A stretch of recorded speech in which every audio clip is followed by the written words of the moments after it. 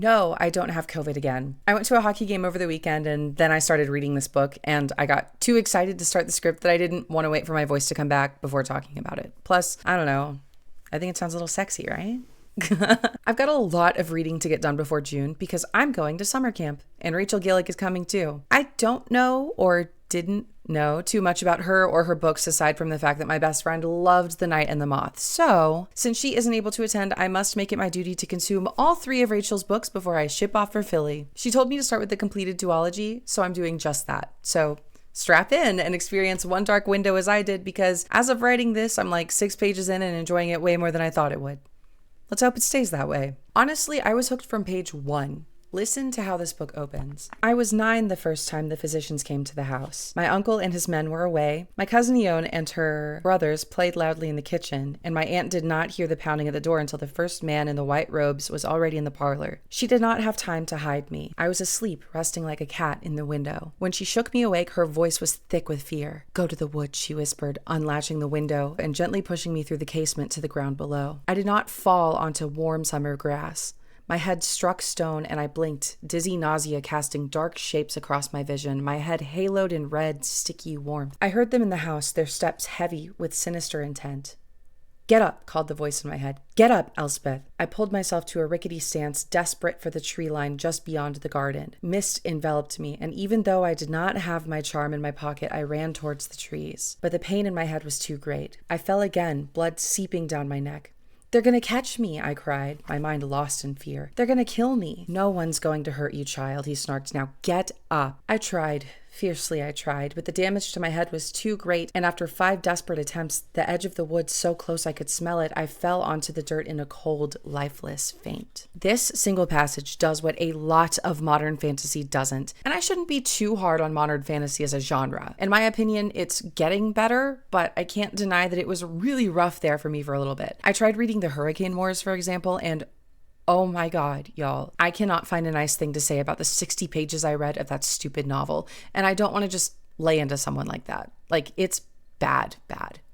But anyway, considering I'm keeping the Hurricane Wars in mind while reading One Dark Window, it's easy to see why I'm so impressed. We've got all the hallmarks of grade A writing here. Showing, not telling, simile and metaphor, personification, all the stuff that makes my lit bitch brain light up with happy chemicals. Take, for example, the line, "I was asleep resting like a cat in the window," followed by, "I did not fall onto warm summer grass, my head struck stone and I blinked, yada, yada, yada." The first line invokes this really lovely, really warm, and really comfortable image. I imagined an orange cat specifically, curled up in a cozy ball in maybe like the springtime or something. If not the spring, then definitely with a fire nearby. Sleeping cats invoke calm, ease, warmth, comfort, etc. And then this mental image is just shattered immediately with the abruptness of, well, falling and hitting your head on a rock. And you know what's crazy? When Rachel Gillig breaks the rules, and I use breaks here loosely, by the way, she does it intentionally and in a way that makes sense. I can't say that about many fantasy authors these days. Stupid, oversaturated markets. Saying, "I heard them in the house," could be seen as bad prose. Usually filter words are frowned upon because it adds distance between the reader and the action of the story. However, in this context, it works because Elspeth isn't inside the house anymore. The verbiage itself adds like a layer of gauze to the reader's perception,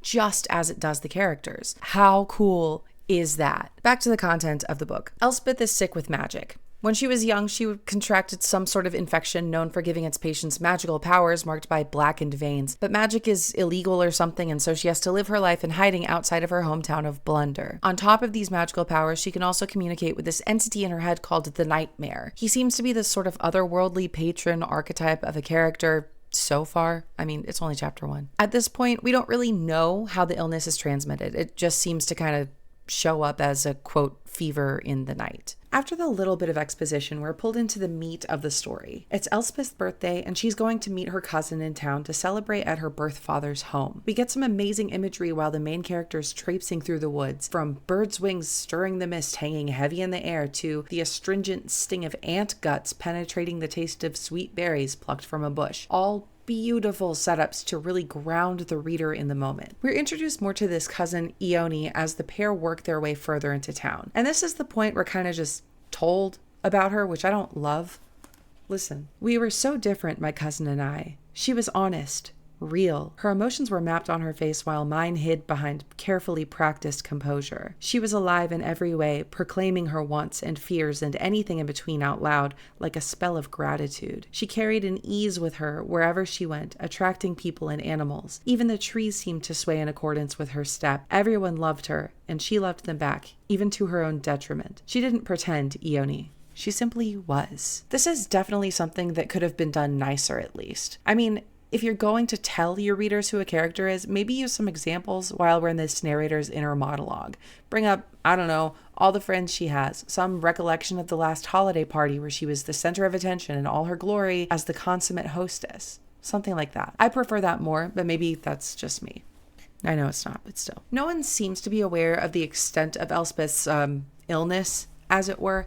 Everyone seems convinced that she caught the fever but didn't actually end up with any magical powers. And realistically, she didn't experience any heightened abilities or anything like others with the infection do, but then the Nightmare and Providence cards came along. And are we told what the fuck that means?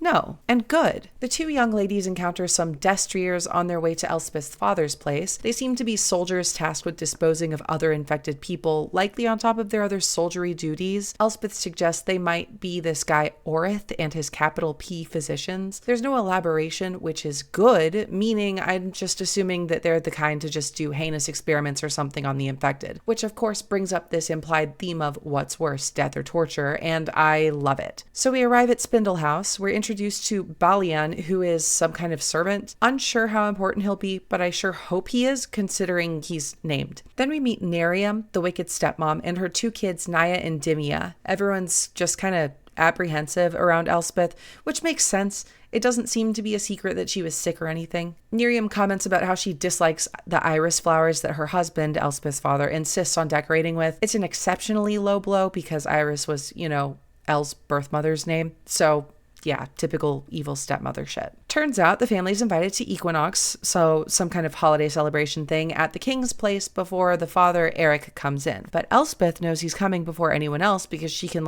see his Providence card like it's a piece of metal and she's an MRI or something like that. It's a special type of vision and a special type of card. At this point, we are told about these Providence cards. I'm not totally obsessed with the lore dump here, but honestly, I can understand why it's here in the first place. Sometimes the context is needed and all that, but I'm also not a reader who's terrified of some mystery either, personally. The TLDR is that Providence cards are, cards that afford their owners the legal right to practice magic. There are only 12 cards in total that we know of, am I right? Thus making them very valuable and very sought after. Elspeth's dad owns the Well card, but we're not told what it does yet. That single card was her mother's entire dowry. That's how valuable they are. Enter Eric Spindle. And my first nitpick about the book. Once again, we're kind of told who Elspeth's father is, but that's not the part that bothers me. It's the fact that after this, the character doesn't really act in a way that agrees with his description. Kinda. Listen to this. Eric Spindle, master of one of Blunder's oldest houses. Tall, severe, fearsome. Most grievous of all, he had once been captain of the very men called to hunt down those who carried magic, like myself. Destrier, down to his very bones. I really hope that's not supposed to be pronounced destrier. But he was more than a soldier to me. He was my father. Like Spindles before him, he was a man of few words. When he chose to speak, his voice was deep, sharp like the jagged stones that lingered in shadow beneath a drawbridge. His hair was streaked with silver, fastened at his neck with a leather strip. Like Nerium, his jaw did not lend to easy smiles. But when he glanced my way, the sharp corners of his blue eyes softened. And this is followed by... Balian poked his balding head into the parlor. "Dinner is ready, my lord. Roasted duck." My father gave a sharp nod. "Shall we go into the hall?" Now, I know on the surface this doesn't seem like a big deal, and truly it's not. However, I think the nixing of "shall we go into the hall" and replacing it with a simple gesture towards the door with the rest of the family wordlessly following his command would have really sold the characterization we're told about only a few paragraphs prior. I love dialogue, don't get me wrong. Sometimes it's simply not necessary, and this is one of those times. Again, it's not a bad writing choice by any means, but it could be a bit elevated. Before Elspeth can go have her birthday dinner with her family, Nerium pulls her aside and tells her that she won't be going to the king's castle to celebrate equinox. She alludes to something happening the last time our main character went to court with this boy Alex. His mother had come to the house to meet her or something, but since Elspeth doesn't live at Spindle House, it caused some unnecessary confusion or something. I don't know. Made it difficult to keep her magic a secret, made it seem like there were family issues, some other social injury that stepmommy Dearest couldn't tolerate. Whatever. Through this, we learn that Elspeth's been staying in the woods with the Hawthorne family, who are paid handsomely for their help and all of that stuff. Throwing this in her face upsets Elspeth naturally, and she leaves. Cries a little outside and has a sort of self-pitying exchange with a nightmare. I avoid my problems like my father avoids me type beat. And then she goes back into the forest with her charm in hand.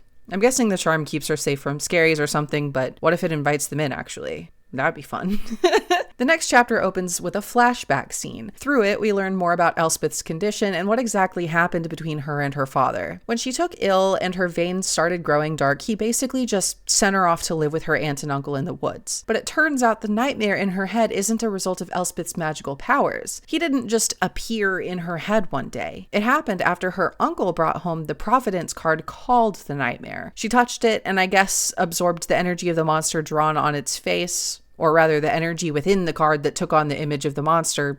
Semantics. It's noted that Elspeth doesn't really harbor the power that the card itself gives. Apparently the nightmare card lets you read minds or become telepathic or something, but all she got was that stupid voice in her head. And despite his name, he didn't haunt her with nightmares or anything. He just kind of chilled out until he was needed. And despite Elspeth's questioning, he never really answered her about the nature of who he was, how he came to be, etc. So we're back in the present, and our girl is walking home to her uncle's when she's set upon by a group of highwaymen. They ask her name, she lies, and then where she's going, she tells the truth. The men are looking for the uncle's cards, which is super illegal and all that, but it's kind of ironic considering the fact that it's heavily implied he owns multiple cards, and the first time we're introduced to him, he's bloodied from retrieving the nightmare card from some other highwayman. Who's the real thief, am I right? Anyway, Elspeth calls upon the nightmare to lend her some superhuman strength, and she fights the bozos off like she's the Hulk or something. Her veins burn and turn black, but this is where we learn that they go away when the nightmare isn't present. You know, that makes sense.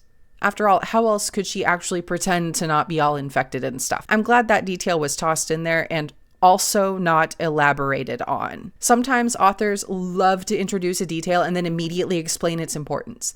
I can't stand it when that happens, so kudos Rachel Gillig for being chill. At breakfast, a messenger brings a missive to the Hawthorne house. They've also been invited to Equinox. Ioni's super excited, but Elspeth's aunt is a bit anxious. The family's behind on taxes, and it's been a paltry harvest season, at best. But Uncle, I forget his name. The uncle has a backup plan. He leaves the room, returns with a nightmare card.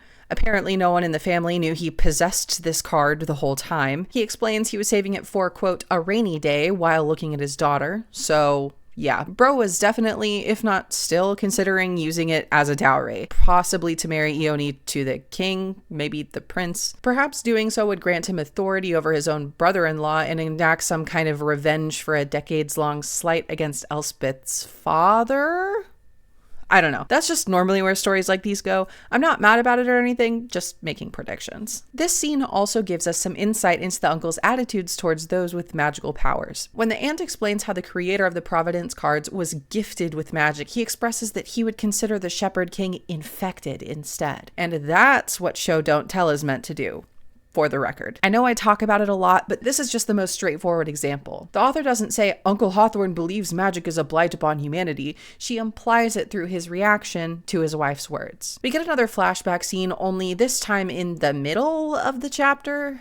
I understand its purpose and all, but I don't know, doing all this time jumpy stuff too often just makes it lose its novelty to me. I can follow the story just fine, and I much prefer this to just paragraphs of lore dumping, but maybe if each chapter kind of flipped between present and past, I'd find it more tolerable. Anyway, Elspeth's mom and aunt owned this book called The Old Book of Alders, and it's basically this story about the Providence cards and the mist and all that. Before all of that stuff, there was an entity called the Spirit of the Wood, and the people of Blunder respected her. She rewarded their king with some cool powers, and he then used those powers to create the Providence cards. But just like Full Metal Alchemist Brotherhood, such insane power comes with a price, and that dude paid all 12 of them. Unfortunately, since magic became so accessible symbol with the cards, the Blunder folks stopped worshiping the spirit, and she created this mist that pulled people back into the woods. That's where they all started getting sick and stuff. Children were dying.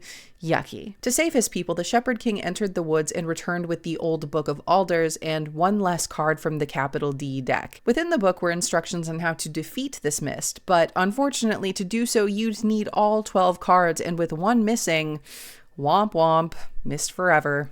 Back in the present, Elspeth joins her aunt in the garden. The aunt hands over a letter from Elle's dad. Thank God we aren't told the contents. I hate when that happens right off the bat. With a vague, he's trying. Elspeth knows what's in it and what her father is asking. I'm assuming he wants her to return to court and all that, but she's terrified of this concept called degeneration, in which those afflicted with the magic infection just degrade, health-wise, sanity-wise, etc. But since she hasn't really experienced any of those things, she's convinced herself that it will all happen all at once and in front of very important people, too. Their little exchange boils down to the aunt saying, hey, I can't tell you how to live your life, but you should go to Equinox. It's been 11 years since you were sick. It's fine. The next shift in the narrative is to a dream sequence. Wowzers. So she explains that she hasn't dreamt in 11 years, like over a decade. She supposes it's just a way for the nightmares to roam freely around in her brain without being assaulted by her own anxieties, but the night before she goes to Stone, the king's castle, she does in fact have a dream.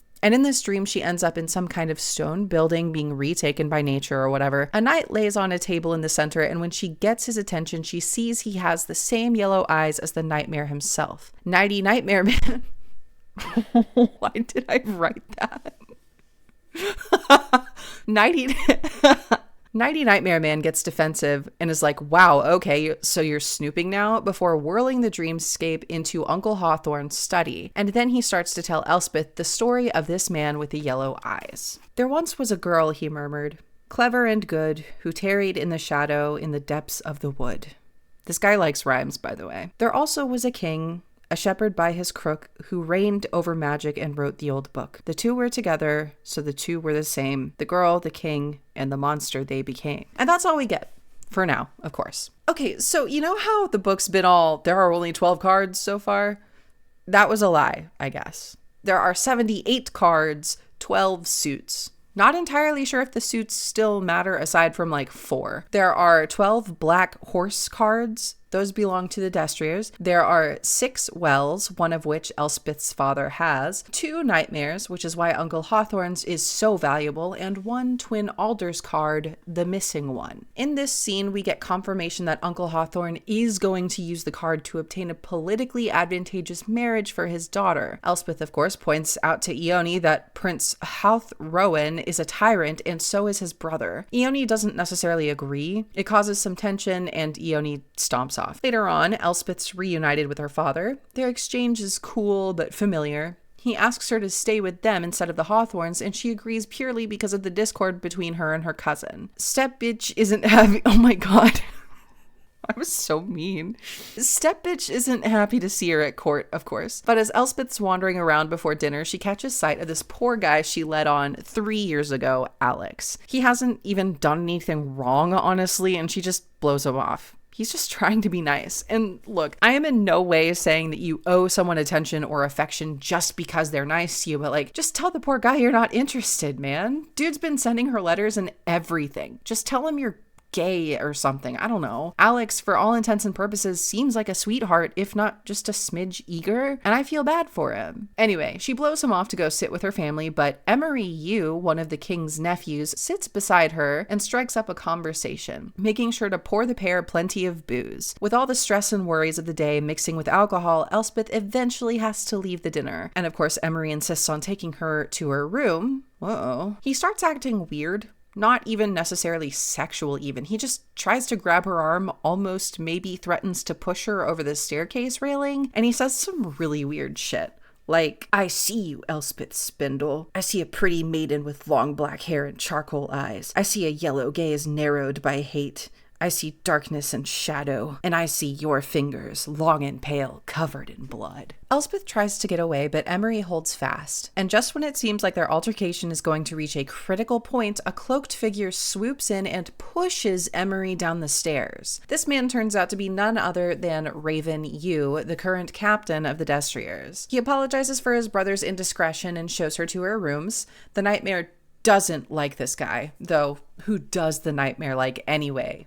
Nerium? Once in her bed, Elspeth sleeps away the whole sordid evening. She wakes up to Naya and Dimia looming over her. When she's conscious, of course they assault her with the observation of "you left the hall with Emery Yu" and the implied question of "what did you do with him?" Nerium enters and negs Elspeth, of course, and through the interaction of all four women, we learn that Emery isn't known for not being drunk and saying weird shit. So while last night wasn't out of the ordinary for him, what he did say hit pretty close to home. Too close for comfort, really. We also learned that Emery'd been sent to live in Stone a couple years ago, allegedly so that Prince Renelm could control him with his scythe card. I recalled the red light spilling from a seat next to Emery last night. Prince Renelm's scythe card. A card reserved only for royalty. With it, the prince had the power to control anyone he chose in any way he chose. This surely won't become a major issue for our protagonist, right? Besides, who's to say his crazy behavior the night before wasn't sparked by the scythe card anyway? If he already had a reputation, would it really matter if the prince made it worse? And if he's being controlled by the card,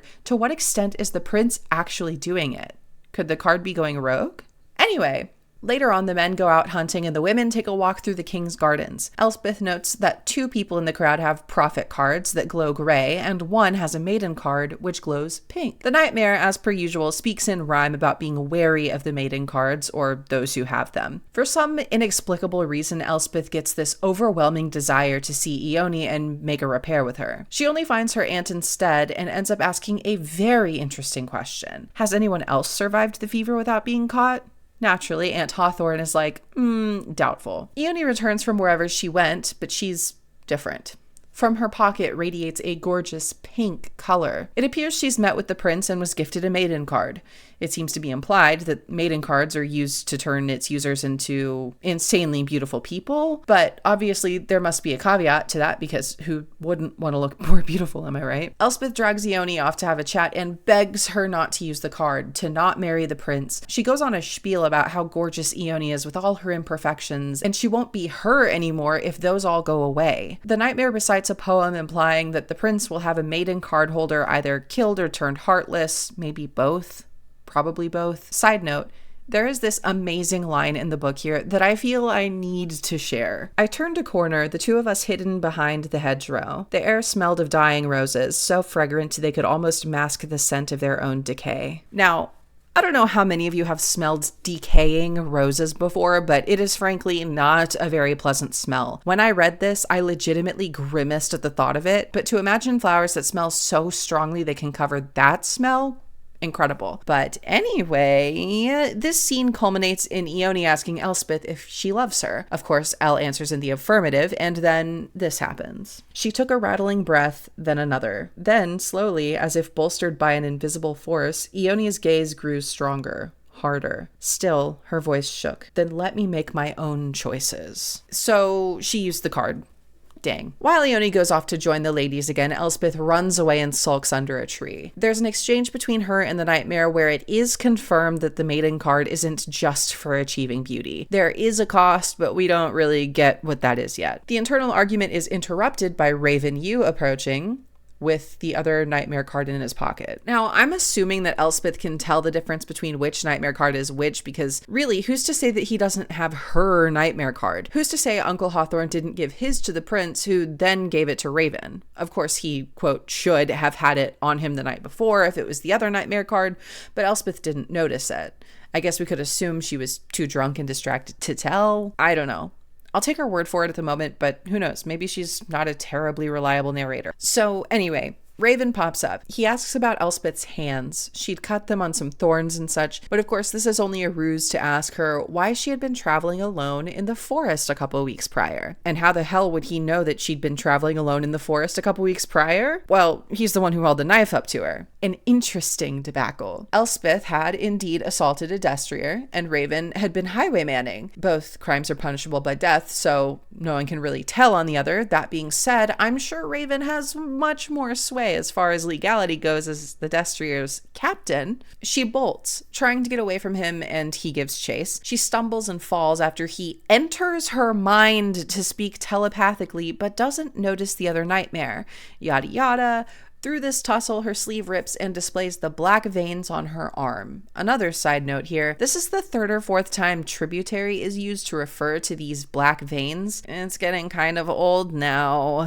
When Raven eventually convinces her to come with him back to the castle, Pinky promising he won't take her to the dungeon, he mentions that she's a, quote, decent liar and will, quote, fit right in. Okay, so there's an underground revolutionary force. Neato. I would have known that sooner if I'd read the blurb on the back, but I didn't until just now. I'm not as clever as I think I am.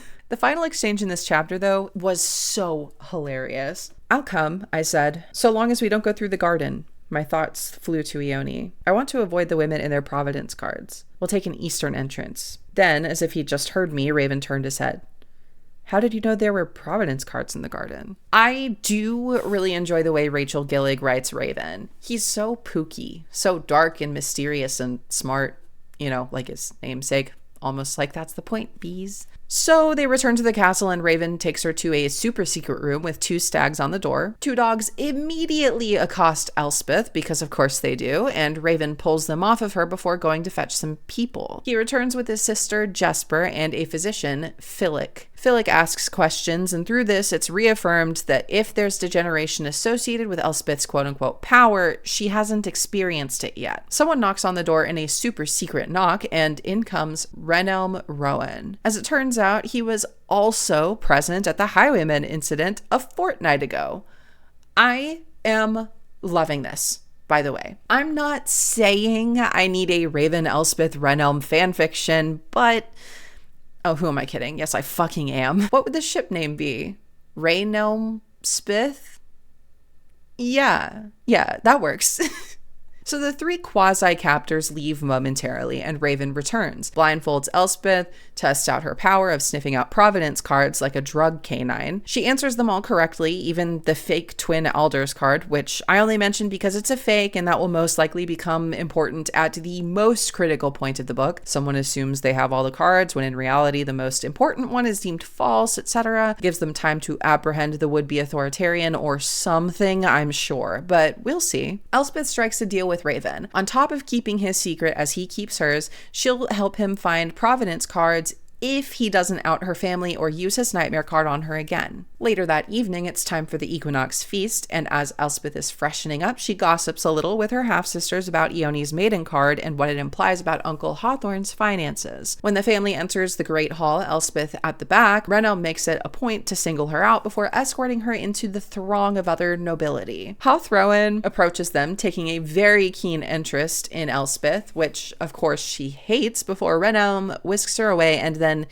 leaves her there, I guess, while he gets drinks. What an intricate dance of bodies this scene is. Alex pops up in all his aggravating sincerity. Poor fucking guy, honestly. Naturally, Raven's nearby, so she uses him as an excuse to not sit with the Laburnum family. For the 3rd or 4th time, we're told that the look on Raven's face is, quote, austere. It's a fine word, I guess, but Jesus. When you use the same word to describe the same thing this close together, it kind of sticks out. I'm not sure why this was never caught in editing, but maybe I'm just sensitive to it. If this is the most annoying thing about Rachel Gillig's writing, I think I'll be fine though. Everyone takes their places around the table and stands as the king and Prince Houth address the attendants. And here is where they announce that they've collected a nightmare card and have betrothed Ione to the prince, all but confirming what Uncle Tiernan Hawthorne had plans to do with the card and his daughter. That is now Knight Uncle Tiernan Hawthorne to you, by the way. Raven and Elspeth have a few words, and here is where we learn that the king isn't aware of the fact that the captain of the Destriers has the other nightmare card.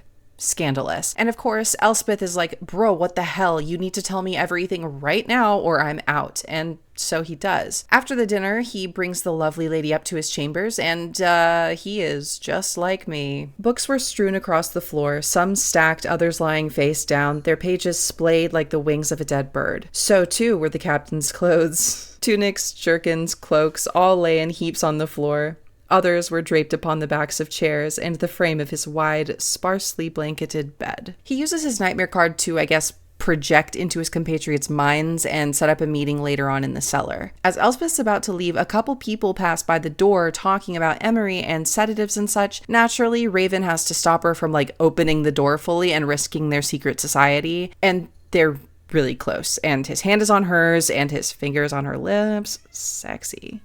Anyway, Raven swooshes over to his boudoir and pulls out a mirror card, which grants invisibility and stuff if I haven't mentioned that yet. He offers it to Elspeth, who declines for reasons obvious to us, but not him. She says she just doesn't care to use them, and the exchange that follows reads like they're talking about cigarettes, which I think is hilarious. I don't take risks, not even with cards. Please, Captain, I cannot. After a severe pause, his eyes lingering a moment too long on my face, Raven cleared his throat. Very well.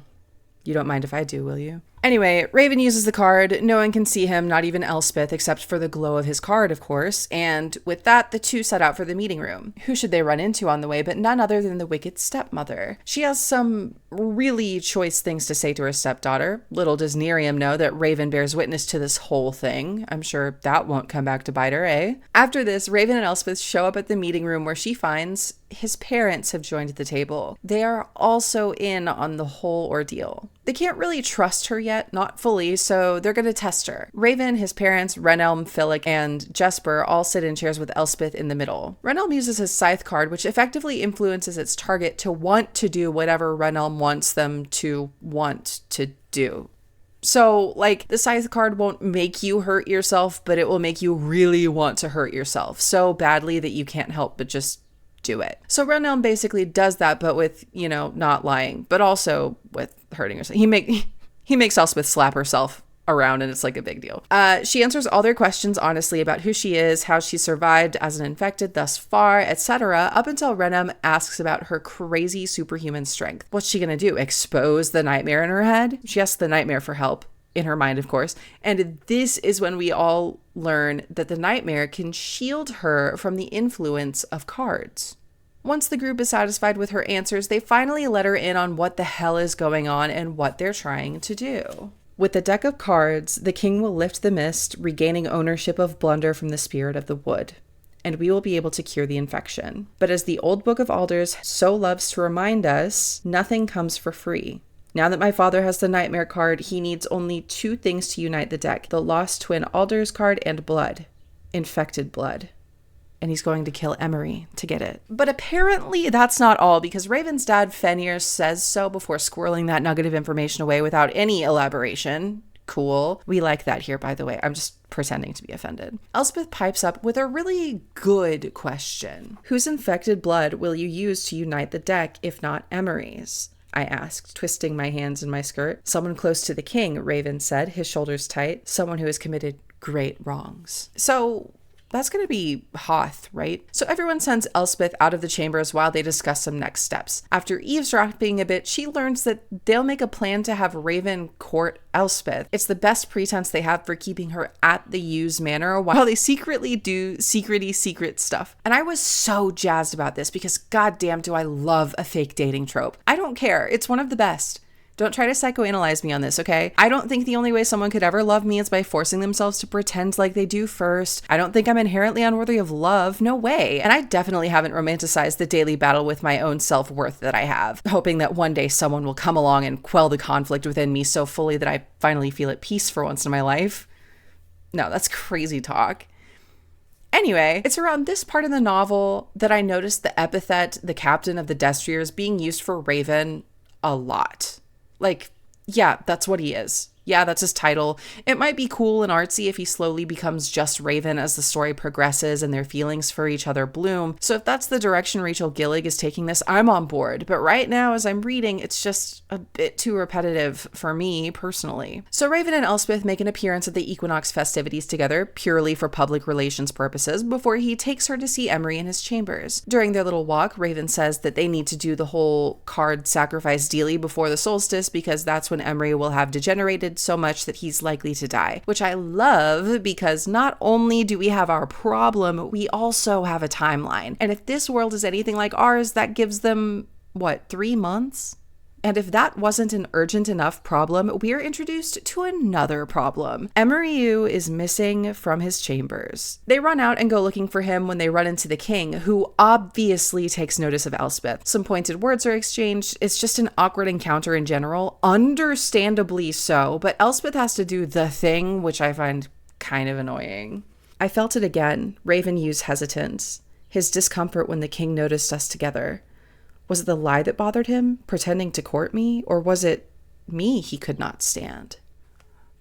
Girl, please be serious. I get it. This is supposed to add some kind of emotional tension, I'm sure, but come on. A little bit too cheap for me personally. I get it. I think it's an okay choice for the narrative, but can we have one fantasy romance that doesn't have the female main questioning herself? Whatever. So they eventually find Emery. He's taken to rage baiting a couple men by loosening a couple coins from their pockets. Raven joins the hubbub and tells them to give it a rest before they start fist fighting. Naturally, the captain of the Destriers makes light work of them. Renelm's there, by the way. He doesn't really do much but offer the odd smartass quip here and there, but he does impart on us some interesting information. Emery told me about you last night, he said. He said there was a woman in the castle with black eyes and dark magic. His smile did not touch his eyes.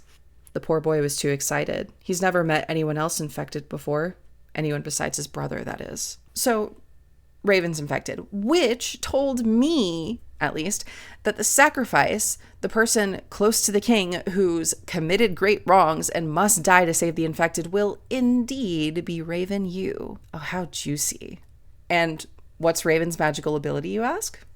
Well, on the very next page, we watched both men, bruised and bloody, place their white eagle cards onto Raven's open palm. The moment the cards touched the captain's hand, the white color disappeared. Oh my god, how cute is that? She can see the cards and he can hide them. They complete each other. Genuinely, unironically, I love this theme so much. The confrontation that follows is hilarious purely because of Emery. I love this man. I know what you are, I said, pointing an accusatory finger in the captain's face. Raven's spine straightened. I discerned neither anger nor fear in his expression, only intelligent silence. He stepped closer, lessening the space between us. When he spoke, his voice was low. Do you? Who's the pretty lady? Emery asked, peeling a twig off the rowan tree and plucking its leaves one by one. Methinks she is a tree spirit. Nay, a king. Nay. His smile twisted. A villain. Emery! Raven snapped, eyeing his brother over his shoulder. You've had your fun. Now shut up. I said she was pretty, didn't I? Emery twirled the twig wildly through his fingers. A moment later, he swore, having poked himself in the eye. Anyway, Elspeth is really upset about Raven continuing to lie by omission. I don't fully really understand why. I'm not sure what the knowledge of his infection changes. I guess maybe it's just an unknown variable in a high stakes situation, which, okay, yeah, I think I'd be mad too. Never mind. But that makes her a hypocrite. So whatever. Raven takes all of Elspeth's fury on the chin and then shows her the extent of his powers. He conceals every card he touches, but when they fall from his grasp, their bright glow returns. As it turns out, he can't use the Providence cards, which is bullshit because earlier he used the Mirror and the Nightmare, and perhaps the Twin Alders are the only cards I can still use. Bro. Rachel, come on. Are you serious? I guess we're about to get an explanation, but some horny couples start rushing by and giggling, so okay. This is bullshit. There better be a good explanation, or I'm actually going to give this book 2 stars max. I don't care. That is an egregious plot hole if I ever saw one, and a shoddy attempt at spackling over it at that. Really praying I'll be proven wrong here, honestly. Genuinely. Naya and Dimya interrupt this tense encounter between the not-so-lovers, and to get away from them, Raven sweeps Pith, Jesus. Off to the dance floor. Cue the pair angrily dancing and hardly speaking before the lady trots off, but not before encountering Renelm and Emery, the latter of whom coughs up blood right onto the nice floors. Damn. The next chapter opens with Elspeth accompanying the youths to their manor. Castle? Manor? House? Land? Whatever. The place where they reside, I guess. Raven takes her to her rooms, and she just has to throw salt in the wound. Your house seems very private, fixed at the edge of town, so close to the woods, far from wagging tongues. And it relieves the burden of a pretend courtship, which, as I understand, is abhorrent to you. Here, away from the gossip, we needn't pretend to be anything we're not. And what are we, Miss Spindle? Nothing. Isn't that what you wanted? Yeesh. I can't judge her too harshly, though. I can be the same way. If I get the impression I'm not liked and that I'm just the butt of some cruel joke, it's not pretty from like a self-respect standpoint. She wakes up the next morning and Jesper brings her trunk of clothes and also a letter from Aunt Hawthorne. It's a sweet letter, really, but with you at Castle U and Ione and your uncle to remain at the King's Court, Hawthorne House will feel quite lonely.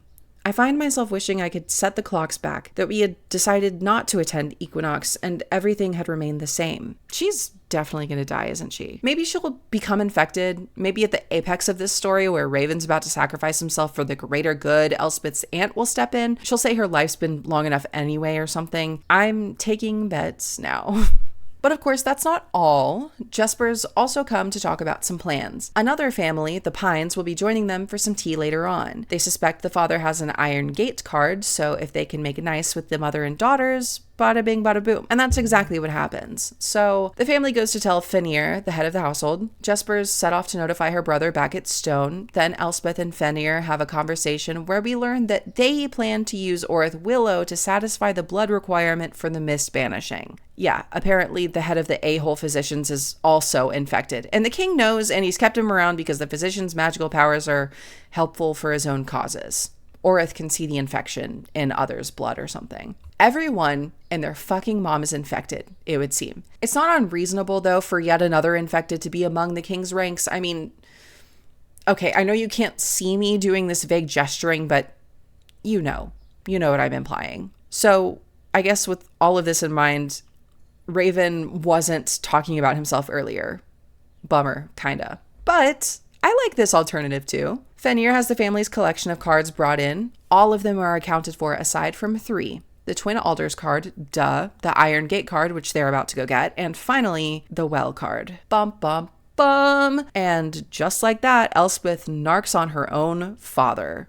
The next day, our lovely female lead is hiding from Raven's return in the gardens of Castle U. He, of course, finds her, and there's a bit of romantic tension in their exchange. He puts a rose in the flower crown she'd fashioned for herself earlier, but that's not the point of this scene. While they're taking a stroll, they come upon the remains of an old building that I guess burned down a long time ago. The only room standing is sealed off with no doors or other methods of entry aside from a window. One dark window. I'd say roll credits, but this is a book.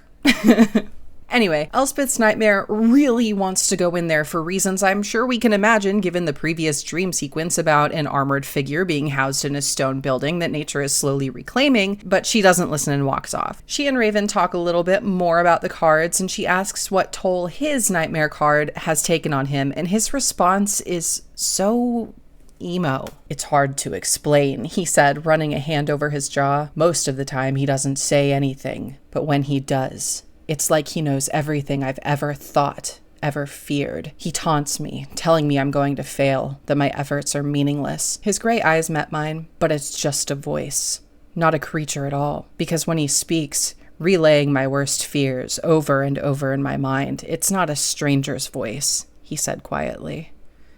It's mine. After all this, Elle and Co. prepare to go rob Mr. Pine. When in the armory, she meets 2 more people who are in on this whole thievery thing, Wick and Peter Ivy. And I only mention them because 1, total plot fodder, right? They're definitely going to die. Actually, they kind of never come up again, except for one other time.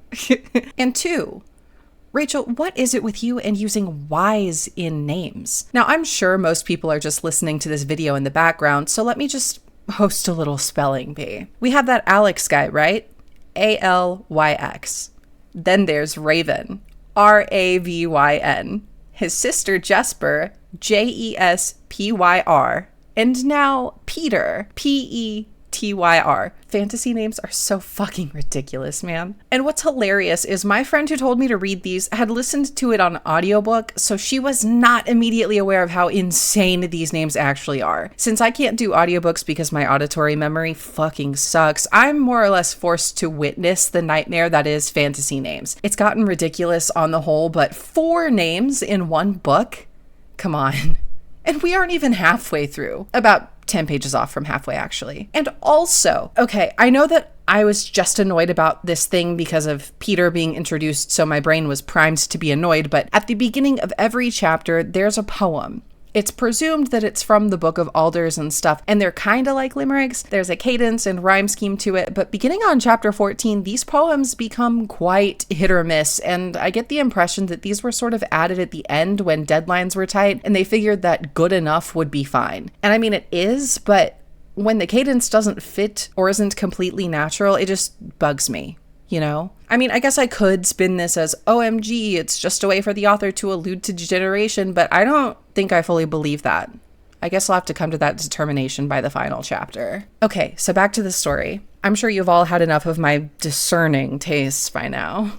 Elspeth is not fit to be a highwayman, not in that silly dress she wears. So she has to outfit herself in a tunic and leggings, and we've all experienced this scene before. She hates the new garb, but the love interest can't really hide his blushing at her new look. At least this time it's inverted in a way. She doesn't hate dresses after all. I guess you can say she's not like other female protags. And I mean it, too. And then comes the horse debacle. She tries to get on a horse for the first time, like, ever, but the nightmare within her spooks the thing and she's bucked off. We know where this is going, right? I'm sorry, Miss Spindle. We've no choice but to go on horseback. Your best option is to ride with our most skilled horseman, so that he might thwart any of the animal's unease. I eyed him narrowly. And who, pray tell, is your most skilled horseman? Elm's riding was much the same as his overall demeanor. Pitiless and abrasive. Ha! Gotcha. I'm not gonna lie, this made me laugh a little. I definitely commend Rachel Gillig for taking all the low-hanging fruit and just cutting them open to reveal something different. I could complain that maybe the subversion is too, quote, obvious or diametrically opposed, if you know what I mean, but at least she's being subversive in a genre that usually doesn't do that, at least recently. Like post-COVID. Well, it's time to ambush What's-His-Face. As much as I kinda wished it would go off without a hitch, there are in fact several hitches. The head of Pine household is traveling with 4 destriers, one of them being none other than Hoth Rowan. What's more, there's another carriage, and carved into its door is the Spindle Tree. Elspeth has to fight off her own father, and prevents him from killing Renelm in the process. More chaos ensues. Again, the word austerity is used to describe someone's facial expressions. It's kind of grating at this point. Not enough to make me want to DNF, but definitely enough to mention that it's affecting my enjoyment of the book. Anyway, Jesper and Elspeth find themselves trapped in the fog, only Jesper doesn't have her protective charm with her. As such, the spirit of the woods starts trying to take her or something. She gets all glassy-eyed and can't stop herself from trying to venture deeper into the woods where she will become infected. Elspeth runs off to go find Raven when Hoth Rowan finds her, almost apprehends her, ends up breaking her wrist before the nightmare takes over, and she claws this guy right across the face. Blah, blah, blah. She and Raven get to Jesper just in time, but her ankle's broken. The whole team's okay-ish. They've stolen the card they need. It's time to ride back, only this time Elspeth gets to ride with Raven. We're not as subversive as we pretend to be, it would seem. That night, Elspeth has another dream about the Shepherd King and his mausoleum of sorts, his resting place. Either way, you know that scene in Uptown Girls where Molly turns, 26 or something, and she looks in the mirror at her birthday party, but her reflection's all old and not her. That's what happens to Elspeth when she wakes up, only she sees the nightmare, naturally. It's not an important story detail in the slightest, but the image I had in my mind was funny, so here we are. Annie's come for tea, and it's awkward. She's gorgeous, but also incredibly heartless, as is the nature of the maiden card. It turns out she didn't even come to see Elspeth explicitly. She was there for her betrothed. Yes, Prince Hoth Rowan arrives at Castle U with the rest of the destriers. Raven was none too impressed with their sorry display of fighting off highwaymen the evening prior, so they're there to train. There's an awkward exchange. Hoth obviously isn't capable of hiding the huge gashes across his face. He mentions how he managed to break the other guy's wrist, oh, so conveniently lying about the fact that it was a woman who fought and bested him, but shh. And Ione, who knows Elspeth's wrist is broken, seems to take notice of this but doesn't say anything. She actually smiles. She's gotta hate this guy. Good for her. So Hoth and Raven end up sparring in front of the other Destriers, and Raven humiliates the prince. He slaps him around, which causes his wounds to reopen and start weeping blood once more, and then, when he manages to get Hoth on the ground, he stomps on his hand to break it. But that has nothing to do with Elspeth. Of course not. How absurd. Okay, so it has everything to do with Elspeth, as he explains later on in her chambers, but it's a bit more than that. He explains that Hoth is the one who ratted on him and Emery to the king, so yeah, valid crash out. The two end up sneaking off to that old crumbling building with no doors. Again, the nightmare is way too excited about this place and tells her to go inside, and she does, because that was the plan this time. The inside is exactly how I suspected it would be. I don't know about y'all. This is the place from her dreams. Crazy. I know. Raven shows her something, though. The slab in the middle is basically like a geocache, but the key is infected blood. That's where they store the cards. And now she knows, so if she ever needs to access them, now she knows how. And here is where we also get some illumination on that stinky little plot hole I mentioned earlier. Turns out, Raven once could use all the cards or something, but every year he loses the ability to wield another.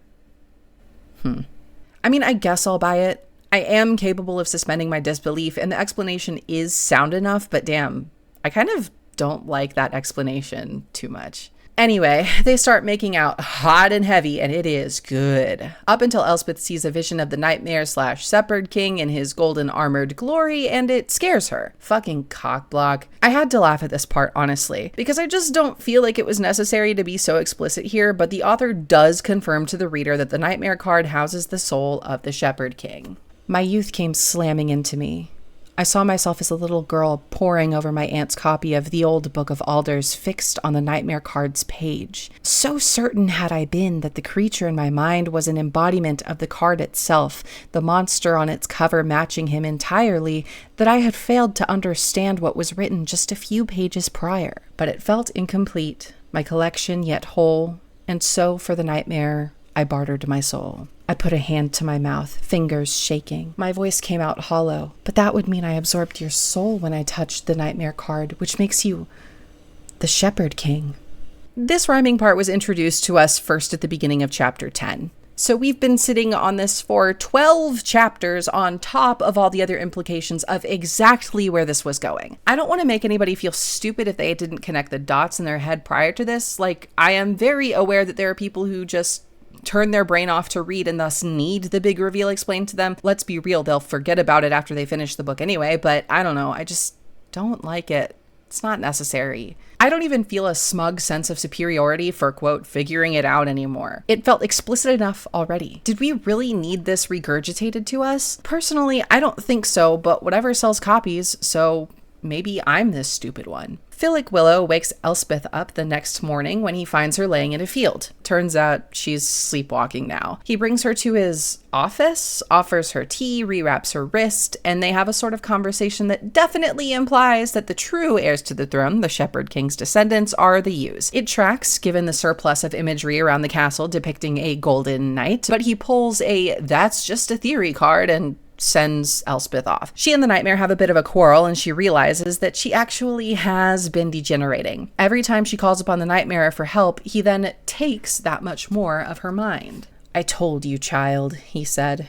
"Nothing is free. Nothing is safe. Magic always comes at a cost."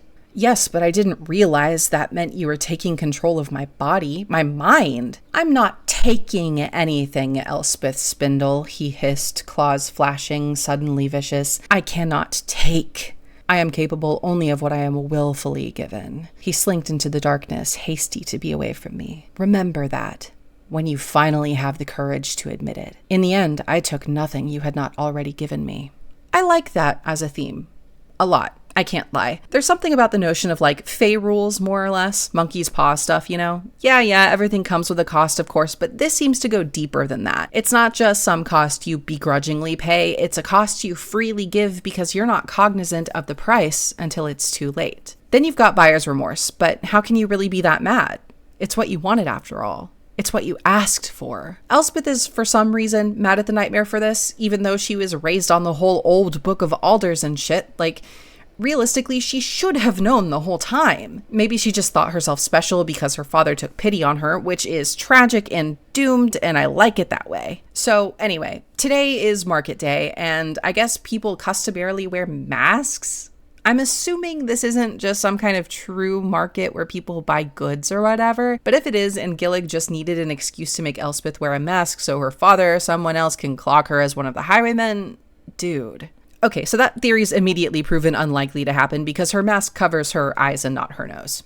Good. Elspeth's wearing red and it makes her look so super gorgeous and shit. Awesome stuff. She approaches Raven, who's naturally standing near Hoth, who pulls a "what do you see in that guy?" and the narration gets kind of corny, I'm not gonna lie. I could tell by the sly tones of Hoth's voice that I held little interest for him. I was merely a toy to steal from his cousin. Still, my gaze turned to the captain of the Destriers. I noted the shadow of the beard and the flecks of muscle beneath it along Raven's jaw, the sharp contours along the ridge of his distinct nose, the way his hair, neither long nor short, framed his stern brow, his gray eyes stark beneath his black mask so sharp they cut at me. It was all of those things, and none of them at once. Something else drew me to the captain of the Destriers, something I had, caught up in our game of pretend, overlooked. Something ancient, born of salt. We were the same, he and I, gifted with ancient, terrible magic, woven in secret, hidden in half-truths. We were the darkness and blunder, the reminder that magic, wild and unfettered, prevailed, no matter how desperately the Rowans tried to stamp it out. We were the thing to be feared. We were the balance. Okay, sure. I know this was meant to be super poetic and romantic and lovely and all that, and maybe I myself am personally feeling pessimistic about the idea of love and romance lately, so maybe it just didn't land for me because of that, but still, I can't be the only one who felt that, no? Anyway, Elspeth and Raven are about to go off to dance when Hoth grabs her broken wrist and asks for a dance himself. She can barely contain the pain in her face, which of course makes Hoth take pause, but before he can get suspicious, Ione swoops in to save the day and covers for Elspeth, saying they'd gone riding and her cousin had fallen off the horse. That is a long fucking sentence.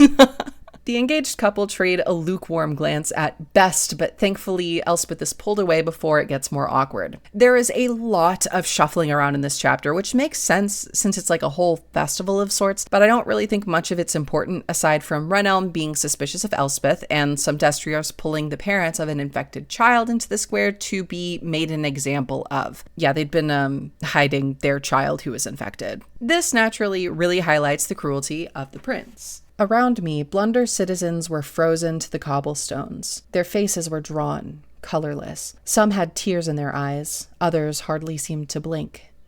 Some bore heavy brows, their expressions twisted. There were no cries of triumph, no support for the High Prince and the Destriers. They did not claim this violence, but they were too afraid to stop it. To drive the point home even further, Hoth Rowan doesn't just outright kill the parents. He uses the power of his scythe card to force them to crawl their way into the fog, where they will surely die. Elspeth, desperate to save the child who was brought in to watch his parents die, convinces Renelm to use his scythe card to challenge Hoth, and it works. For like 2 seconds. And of course, that degree of power comes with a price, but we'll get to that in a second. A small distraction puts the crown prince back in charge, and so the parents of the infected boy start moving into the mist against their will once more. In all the chaos, Elspeth asks the nightmare for help, and she ends up killing a Destrier named Lyndon who's hot on her tail. Okay, she doesn't actually kill him, but like close enough. But of course she's in denial about it, which I personally find kind of annoying. I recognize this is just a matter of personal taste, and mind you, this is not what I consider a valid critique of the book, but man, at my big age, there's something I find really eye-roll worthy about characters who are incapable of accepting the fact that they can do bad things, and even more incapable of accepting the fact that not all bad things are immoral. It's not like I'm saying that, quote, evil people deserve deserve to die, because who am I to make that call? Who is anyone, really? But what I am saying is that when an arbiter of justice isn't behaving justly, well, you won't catch me crying about their death. I just can't really get on board with Elspeth acting all incredulous about the nightmare helping her kill somebody in self-defense. She's over here wailing about the nightmare being a monster, but girl, please get real. Please stop playing this weird moral high ground. It's so incongruent, which I recognize is the point because she and the nightmare are two entities occupying the same space. However, you know what I think it is actually? Elspeth literally keeps asking the nightmare for help, knowing what he's done in the past and is clearly capable of after the Hoth incident. I feel like after that point, you don't really get to feign incredulity. I can't believe you've done this, but why exactly? Whatever.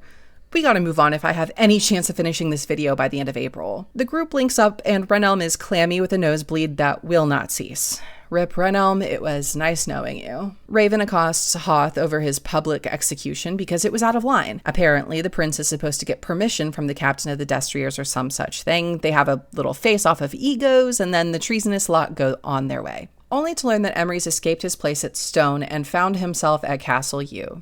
And there, they all find him. He's frigid, but safe. When he warms up with the help of Renelm's scythe card, I guess it can influence perception, too. Emery starts telling Elspeth about how he thinks the Yus are the descendants of the Shepherd King, which we all saw coming, right? Of course, Renelm and Raven treat him like he's stupid, but we know better.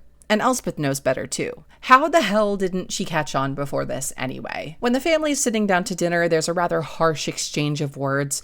Renelm doesn't trust Elspeth, we know that, but he's also upset that they could have had Eric Spindle's well card by now, despite telling Elspeth that it was a bad idea for her to slip home during market day and retrieve it. He's being a bit more antagonistic towards Elspeth now, and I would chalk the shift in attitude up to degeneration of his temper, but honestly, I think his outburst is understandable. No one really knows what's going on with her, Renelm least of all, so what proof does he really have that she's not some double-crossing super spy? Plus, with all this damage she's doing to other officials, she's only getting closer and closer to blowing the cover of their whole operation. So honestly, valid crash out. Later on, Elspeth and Raven are left alone to talk, and here she reveals to him that she's degenerating, and here he reveals that he still trusts her, and here they, you know.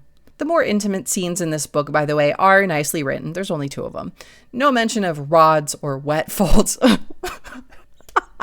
No mention of rods or wet folds or anything. Allusions to genitals are entirely left out of the conversation, which in my opinion makes it so much nicer. Much more emotionally charged, I guess, which, you know, is super on brand for me, eh? The next day, they have to take Emery back to Stone, but he insists on going to the garden before that happens. While there, Elspeth asks him to touch her again and give her more information on the nightmare, and we don't get anything new. Emery kind of just recites that poem the nightmare had said earlier, something, the girl and the king, remember that one? That's like basically it.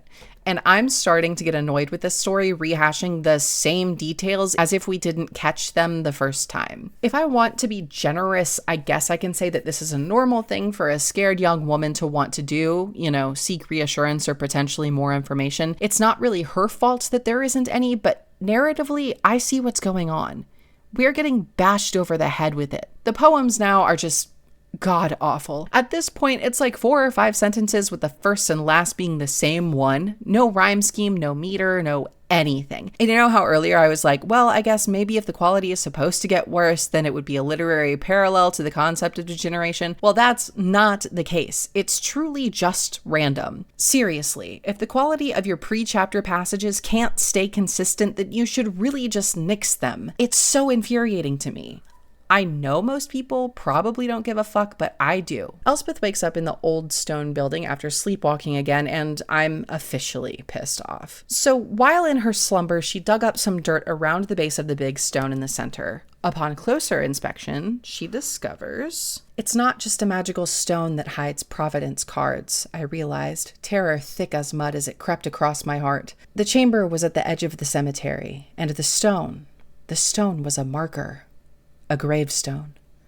I looked at my hands. Whose grave? I gasped, my breath coming in desperate, ragged gulps. Don't you know? He whispered. Oh my fucking God. I had 67 pages left in the book at this point. It was enough to make me consider DNFing. I wish I was joking. But I set out to review this entire duology, so I guess that's what I have to do now, and it starts with finishing this one. The very next page, by the way, we have a similar exchange that just continues to ignite the fire of annoyance in my gullet. You have so little time, Elspeth.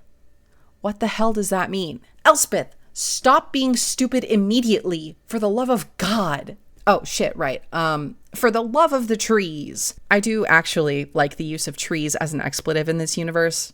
I can't really put my finger on why, but I just think it's fun. Anyway, a week's passed and the U clan has found the perfect excuse to try and nab the well card. It's Naya and Dimia's birthday. So they all go to House Spindle and everybody is there aside from Aunt Hawthorne and her children who aren't Ione.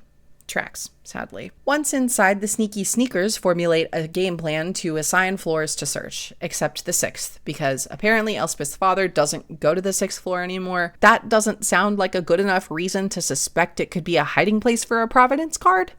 Fucking okay, I guess. In a completely shocking turn of events, no one finds the well card during their search. Elspeth's about to go look for it on her own, believing no one will note her absence, but Ione in her maidened out haze zeroes in on our protagonist and insists that the group come sit with her. And they do, because what else are they gonna do? Say no? Draw attention to themselves in doing so? Best not to chance it. Oh, so about the maidened out haze, Ione brings the group to an empty table, and on the table sit 6 goblets or chalices of wine. I don't think I've mentioned this yet, but there are chalice cards that basically act as a truth serum when its targets drink a certain wine, or whatever. Wine stirred by a card. I don't fucking remember.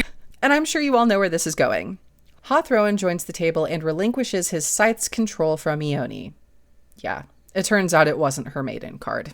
Oops. So Hoth makes everyone play a game of truth or truth, except Raven, of course. He even offers himself as the first sacrifice and admits to some kind of humiliating things. He's jealous of Raven, is trying to turn the Destriers against him, plans to challenge him for leadership, and he's cheated on Ione. Ione's next, and she reveals that Hoth isn't treating her well. She doesn't love him. This was not the only time he's used his scythe card on her, which... holy shit, the implications. And the thing she wants most of all is power, which Elspeth attributes to the maiden card, making her heartless. Eventually, it comes around to Elspeth, and Hoth asks her what happened to her wrist. She struggles to find a way to answer truthfully, but Raven insists on helping her and uses his nightmare card on her.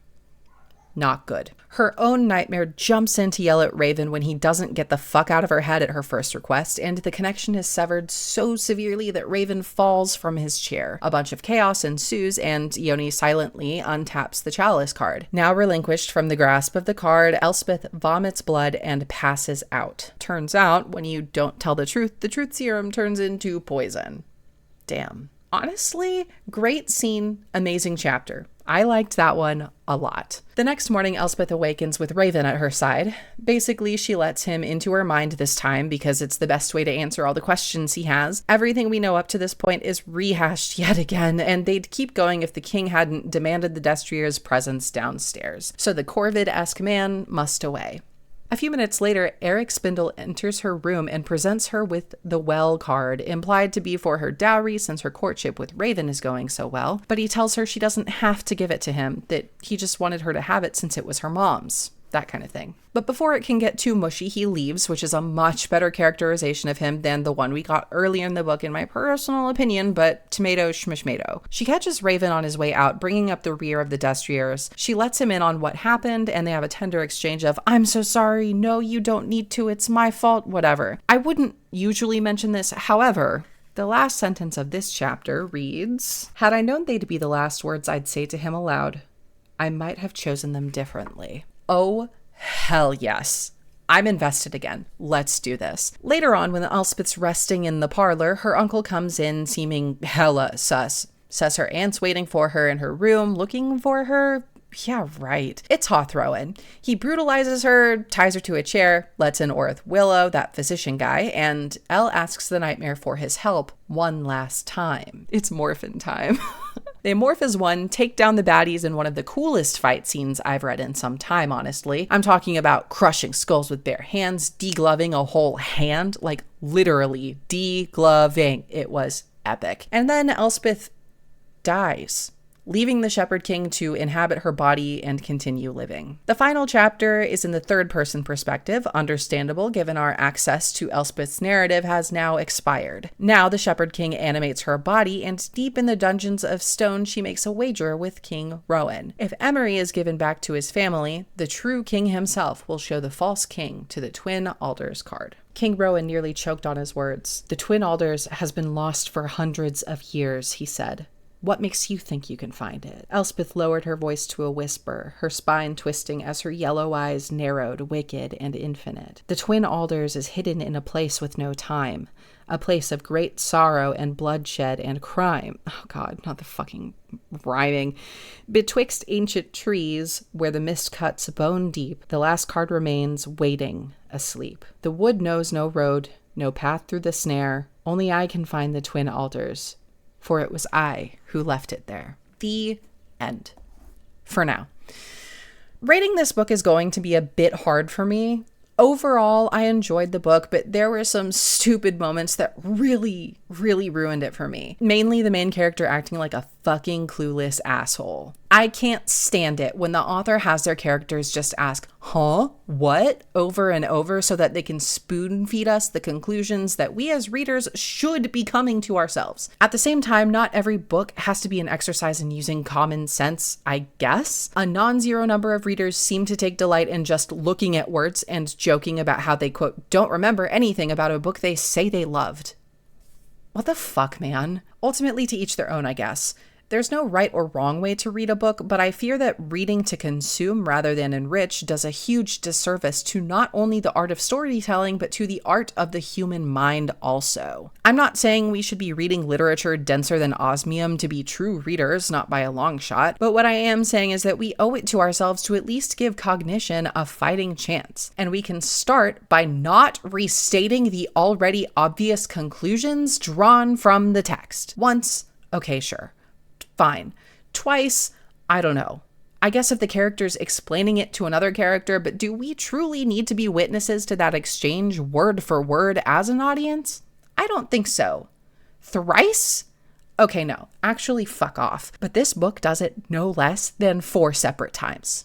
It's overkill. I'm sorry. The writing promised a lot at the beginning, and it delivered a lot at the end too, but in the middle, not so much. It was just okay writing. The overuse of austere and its derivatives was grating. There were a handful of times where characters, even major ones, didn't speak or act in accordance with their own characterization. And this was without any influence from Providence cards before you get smart with me. It really blows, honestly, because at the beginning of the video, my review was glowing, and now it's just not. I didn't hate the book, but I think the disappointment I experienced throughout the course of the narrative kind of just soured the whole experience for me, sadly. I really didn't want that to be the case.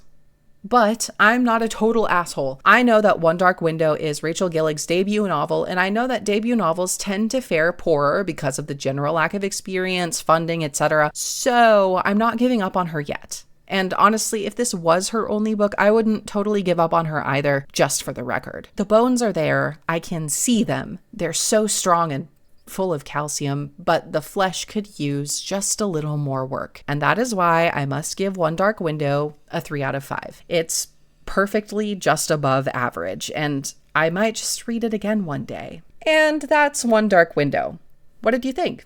Did you totally love it and think I'm being too mean? Did you totally hate it and think I'm being too nice? Let me know. I'd love to hear it. Don't forget to like and subscribe because Elspeth lost her life and that kind of rhymed. Okay. Well, thanks for sticking around. I'll see you next time.